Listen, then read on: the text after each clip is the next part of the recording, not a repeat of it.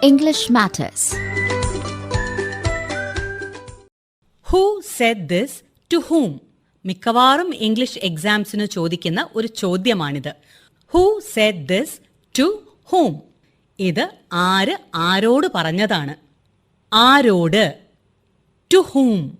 T-O-2 W-H-O-M whom. To whom? ആരോട്? ആർക്ക്?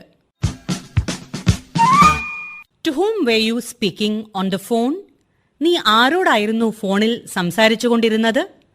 To whom were you speaking on the phone? To whom did you give your book? നീ നിന്റെ book ആർക്കാണ് കൊടുത്തത്? To whom did you give your book? To whom do you wish to speak? ആരോട് സംസാരിക്കാനാണ് താങ്കൾ താൽപ്പര്യപ്പെടുന്നത്? അതായത് ആരോടാണ് താങ്കൾക്ക് സംസാരിക്കേണ്ടത്? To whom do you wish to speak? To whom does she go for tuition? ട്യൂഷന് അവൾ ആരുടെ പക്കൽ ആണ് പോകാറ്? To whom does she go for tuition? With whom? W-I-T-H with W-H-O-M whom. With whom? ആരുടെ കൂടെ, ആരോടൊപ്പം. With whom are you planning to go out? ആരുടെ കൂടെ പുറത്തു പോവാനാണ് താങ്കൾ പദ്ധതിയിടുന്നത്? With whom are you planning to go out? With whom did she see you? ആരോടൊപ്പമാണ് അവൾ നിന്നെ കണ്ടത്? With whom did she see you? With whom are we having dinner tonight? ഇന്ന് രാത്രി നമ്മൾ ആരോടൊപ്പമാണ് അത്താഴം കഴിക്കുന്നത്? With whom are we having dinner tonight? From whom? ആരിൽ നിന്ന്. From whom? F-R-O-M from. W-H-O-M whom. From whom? ആരിൽ നിന്ന്. From whom did you receive this parcel? ആരിൽ നിന്നാണ് താങ്കൾ ഈ പാർസൽ സ്വീകരിച്ചത്? From whom did you receive this parcel? From whom will you collect the information? ആരിൽ നിന്നാണ് താങ്കൾ വിവരം ശേഖരിക്കുക? From whom will you collect the information? For whom? ആർക്ക് വേണ്ടി.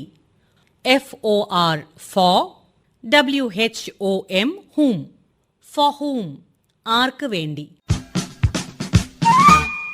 For whom are you doing all this? ആർക്ക് വേണ്ടിയാണ് താങ്കൾ ഇതെല്ലാം ചെയ്യുന്നത്?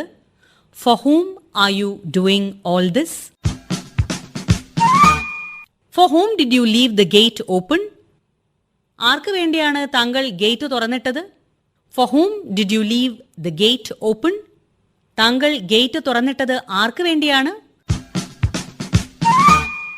For whom is she preparing this feast?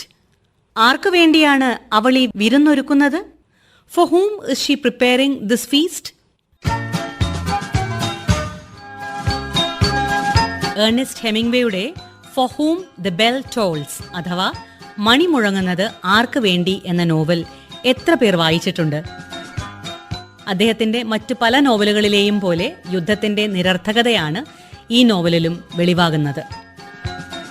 Friends, how many of you have read the book For whom the bell tolls by Ernest Hemingway? As in his other novels, For whom the bell tolls also attempts to de-romanticize war. Let's hope for a world without wars where everybody lives in peace and harmony.